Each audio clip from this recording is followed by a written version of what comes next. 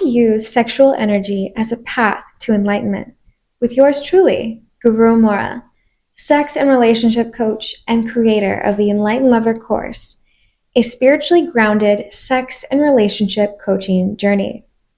Today, I want to gently guide you into something sacred, profound, and often misunderstood, that sexuality and spirituality are two sides of the same coin. This isn't just theory, this is embodied wisdom, drawn from my devotion to the divine, the teachings of Grandmaster Choa Kok Sui, and yes, from 8 unapologetic, heart-centered years on the stripper pole, where I danced not just for dollars, but for healing, love, and sacred transmission. Let's be real. Somewhere along the line, humanity got amnesia. We forgot the power in our pelvis, the holiness of our hunger. We were told sex is shameful, dirty, just biology or sin, that it should be suppressed, hidden, sterilized, only allowed in dimly lit bedrooms for the married couples and for baby making. But here's the truth, enlightened lovers. What you repress, you disconnect from. And when sexual energy is stifled, it cannot ascend. It gets trapped in the lower trinity of chakras, like a Ferrari stuck in first gear. But when it flows, oh honey, it rises. It transmutes. From base desires in the solar plexus to deep connection at the heart to luminous union at the crown. That is sexual transmutation. And when you master this alchemy, you don't just get better in bed, you unlock genius. You awaken intuition. You flow like a cosmic creative firework. This isn't revered for the tantric elite. Whether you're celibate, coupled, single, or just curious, this magic is yours. Because the real secret, mastery isn't about denial. It's about direction. Channeling desire like the magician, like an artist with a paintbrush, dipped in eros and soul. Now let's not ignore the other extreme either. We live in a world that often glorifies indulgence. Swiping, scrolling, chasing, thrill after thrill, but never going any deeper. That's not freedom. That's looping in the lower chakras, where sex becomes fast food instead of a holy feast. No shade, just truth. Casual flings without connection are like spiritual junk food. A quick fix, no nourishment, and you're still hungry afterward. Because here's the cosmic tea. The ego wants to consume, but the higher self, it wants to connect. It wants to create. Your higher self says, I am the thinker. I am the feeler.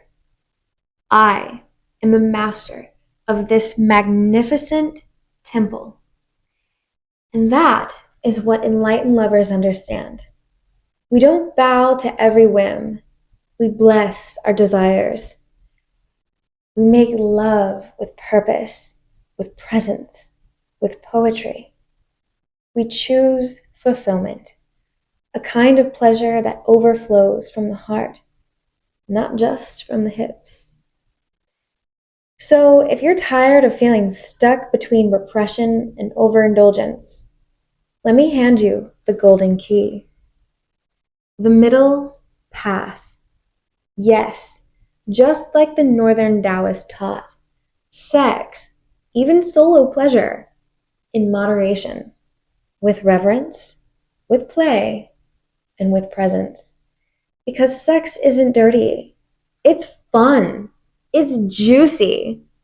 Literally. It's sacred and a little naughty, just like life itself. So you ask me, Guru Amorah, how do I turn my sexual spark into spiritual gold? Let me show you the way. Step 1, Get still. Find a peaceful place. Sit. Breathe. Soften. And drop into your body. Feel the quiet, pulsing current of desire, not as craving, but as pure energy. This is your power, and you can choose where it flows. Step 2, channel it creatively. Sexual energy isn't just about bodies colliding. It's about creation. Dance like the goddess you are. Write, sing, cook a meal infused with love. Let that energy ripple into every corner of your life. Art is foreplay for the soul. Step 3, practice energetic discipline. True power isn't in indulgence. It's in intention. Limit release to once every 24 hours. Give your sex chakra time to replenish and recharge. And when you do play solo or partnered, try stopping before orgasm. Yep, I said it. Here's why. Yes, climax can feel like fireworks, but have you ever noticed the dip right after? That sudden quiet? For some, it's like a mini crash, a subtle wave of melancholy, even emptiness. Why? Because you're coming down from a neurochemical high. Oxytocin, dopamine, serotonin, they all just took a bow and exited stage left. Or, but when you choose to contain that sacred fire, oh, it's electric. Boogie, woogie, woogie, woogie. It hums, it builds, it dances in your veins. That energy lights up your whole heart, your mind, your imagination. And baby, it doesn't just make you feel good, it makes you brilliant. Writer's block?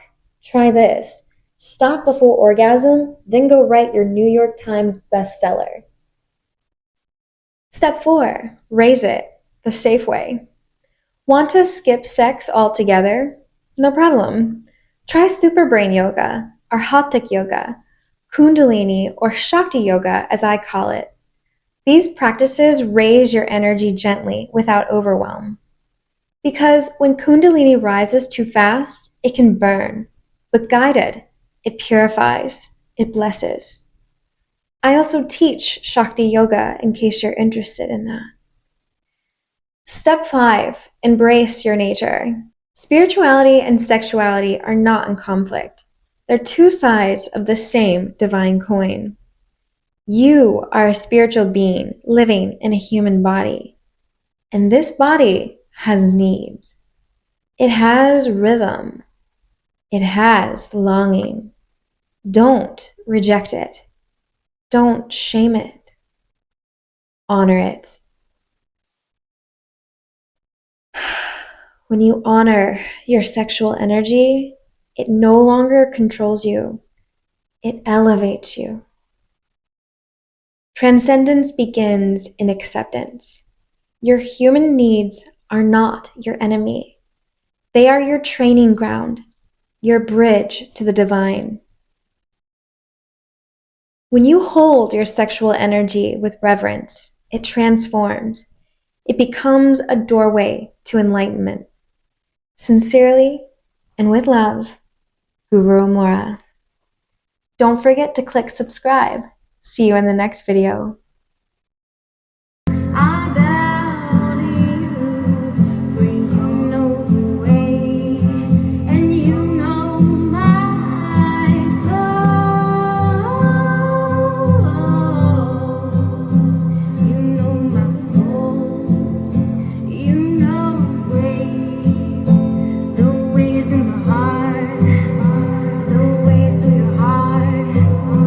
It's not in your mind. through your